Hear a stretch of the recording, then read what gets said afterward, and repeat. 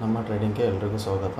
So ಇವತ್ತಿಂದು ನೋಡ್ಬೋದು, ಇಲ್ಲಿ ನೋಡಿ ಡೋಜಿ ಕ್ಯಾಂಡಲಲ್ಲೇ ಫಾರ್ಮೇಷನಲ್ಲೇ ಓಕೆನಾ, ಡೋಜಿ ಕ್ಯಾಂಡಲ್ ಫಾರ್ಮೇಷನಲ್ಲೇ ಕ್ಲೋಸ್ ಆಗುತ್ತೆ ಮಾರ್ಕೆಟು ಇಲ್ಲೇ ಕಂಪ್ಲೀಟಾಗಿ. ನಾನು ನಿನ್ನೆ ಹೇಳಿದ್ದೆ ಏನು ಅಂತಂದರೆ ಸೇಲ್ ಆನ್ ರೈಸ್ ಎಲ್ಲಿ ಅಂತಂದರೆ 24K ಹತ್ರ ಹೋದಾಗ ಸೇಲ್ ಆನ್ ರೈಸ್, ಇದರಲ್ಲ ಓಕೆನಾ. ಇಲ್ಲಿ ಸೇಲ್ ಆನ್ ರೈಸ್ ಇಲ್ಲಿ ಮಾಡೋದು ಅಂತಂದರೆ ಅಲ್ಲಲ್ಲ, ಇಲ್ಲಿನೂ ಮಾಡ್ಬೋದಾಗಿತ್ತು. ಯಾಕಂತಂದರೆ ಇಲ್ಲೊಂದು ರೆಸಿಸ್ಟೆನ್ಸೇ ಇತ್ತು ಓಕೆನಾ. ಇಲ್ಲಿಂದ ನಿನ್ನೆ ಕ್ಲೋಸಿಂಗು, ಇಲ್ಲಿಂದ ಬೇಕಾದರೆ ಇಲ್ಲಿ ತೊಗೊಂಡಿದ್ರೆ ನಡೀತಿತ್ತು ಏನೋ, ಬಟ್ ಆದರೂ ಇದು ಟ್ರೇಡು ರಾಂಗೇ ಹೌದಾ. ಆಲ್ಮೋಸ್ಟ್ ನಮ್ಮ ಟಾರ್ಗೆಟೇ ಕೊಟ್ಟಿದ್ದೆ. ನಾನೇನು ಹೇಳಿದ್ದೆ ನಿನ್ನೆ 23,700 ಇಲ್ಲ ಅಂತಂತಂದರೆ 23,500 ಅಂತ.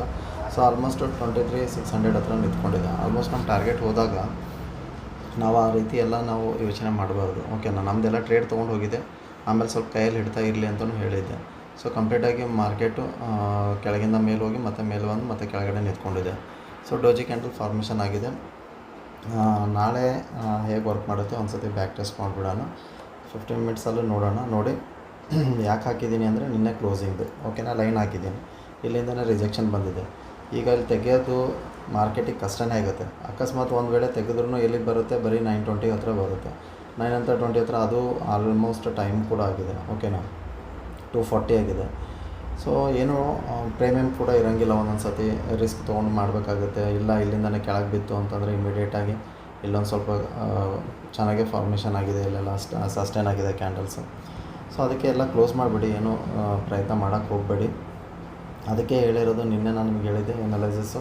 ಯಾಕಂದ್ರೆ ಮಾರ್ಕೆಟ್ ತುಂಬ ಕೊಟ್ಟಾಗ ಮಾರ್ಕೆಟ್ ಇದೇ ರೀತಿ ಮಾಡುತ್ತೆ ನಿಮಗೆ ಓಕೆನಾ, ಸಸ್ಟೈನ್ ಮಾಡಿಬಿಡುತ್ತೆ. ಒಂದು ಸತಿ ನೀವು ಪುಟ್ ತೊಗೊಳ್ಳಿ, ಕಾಲ್ ತೊಗೊಳ್ಳಿ, ಎರಡು ಕಡೆ ಒಂದು 50 ರೂಪಾಯಿಗೆ ತೊಗೊಂಡಿರ್ತೀರ ಹೌದಾ. ಈ ಕಡೆ ಒಂದು 50 ಆಗುತ್ತೆ, ಈ ಕಡೆ ಒಂದು 25 ಆಗುತ್ತೆ, ಈ ಕಡೆ ಒಂದು 25 ಆಗುತ್ತೆ.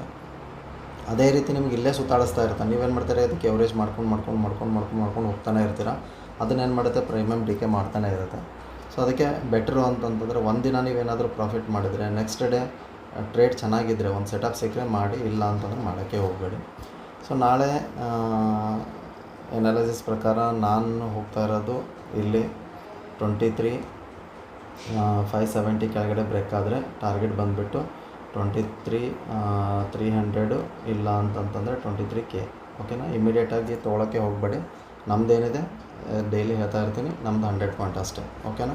ಸೊ ಕಾಲ್ ಸೈಡ್ ಅಂತಂತಂದ್ರೆ ಮತ್ತು ಟೋಟಲಿ ನಾನು ಅವಾಯ್ಡೇ ಮಾಡ್ತೀನಿ. ಇಲ್ಲೇನು ಸಸ್ಟೈನ್ ಆಗಿದೆ ಮತ್ತು ಇದ್ರ ಕೆಳಗಡೆ ಬಂತು, ಸಸ್ಟೈನ್ ಆಗಿಬಿಟ್ಟು ಇಲ್ಲಿ ಕೆಳಗಡೆ ಏನಾದರೂ ಬ್ರೇಕ್ ಆದರೆ ಇಲ್ಲಿ ಸಸ್ಟೈನ್ ಆಗಕ್ಕೆ ಬಿಡಿ ಓಕೆನಾ. ಸಸ್ಟೈನ್ ಆಗಿ ಕೆಳಗಡೆ ಬ್ರೇಕ್ ಆದರೆ ಅವಾಗ ನೀವು ಟ್ರೇಡ್ ಮಾಡ್ಕೊಳ್ಳಿ. ಟಾರ್ಗೆಟ್ ಬಂದುಬಿಟ್ಟು +100 ಮಾಡ್ಕೊಳ್ಳಿ ಓಕೆನಾ.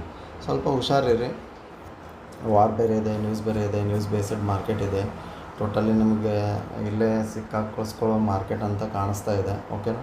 ಸೊ ಇಂಥ ಮಾರ್ಕೆಟಲ್ಲಿ ಸ್ವಲ್ಪ ನೀವು ನೋಡಿ, ಇಲ್ಲಿ 4 ಅವರ್ಸ್ ಕ್ಯಾಂಡಲಲ್ಲೂ ಮೇಲೋಯ್ತು ಮತ್ತು ಕೆಳಗಡೆ ಬಂತು, ಕೆಳಗಿಂದ ಮೇಲೋಯ್ತು.